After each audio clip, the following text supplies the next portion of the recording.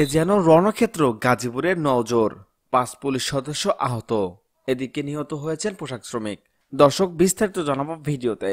বিস্তারিত জানতে ভিডিওটি না টেনে সম্পূর্ণ দেখুন। বেতন বৃদ্ধির দাবিতে আন্দোলনরত পোশাক শ্রমিকদের সাথে পুলিশের ব্যাপক সংঘর্ষ হয়েছে। বুধবার বিকেল 3:30টায় গাজীপুর মহানগরীর নওজোর এলাকায় ঢাকা টাঙ্গাইল মহাসড়কে এ সংঘর্ষের ঘটনা ঘটে। এ সময় পুরো নওজোর এলাকা রণক্ষেত্রে পরিণত হয়েছে। এতে 5 পুলিশ সদস্য আহত হয়েছেন। এর মধ্যে 3 জনের অবস্থা গুরুতর, তাদের উদ্ধার করে হাসপাতালে নেওয়া হয়েছে। গাজীপুর মেট্রোপলিটন পুলিশের কমিশনার মোহাম্মদ মাহবুব আলম বলেন, বুধবার শ্রমিকদের সঙ্গে পুলিশের সংঘর্ষের মোট 8 জন পুলিশ সদস্য আহত হয়েছে। সকালে সংঘর্ষের ঘটনায় 3 ও বিকেলে নওজোর এলাকায় সংঘর্ষের ঘটনায় 5 জন আহত হয়েছে।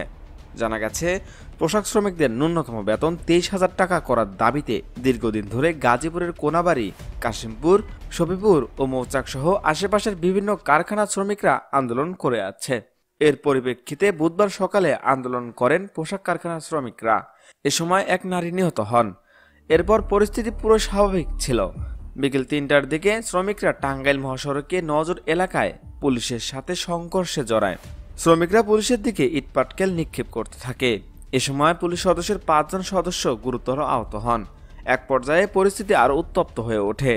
পরে পুলিশের পাশাপাশি বিজিবি, র্যাবের সমন্বয়ে প্রশাসনের ঊর্ধ্বতন কর্মকর্তারা ঘটনাস্থলে উপস্থিত হলে শ্রমিকরা পিছু হটে।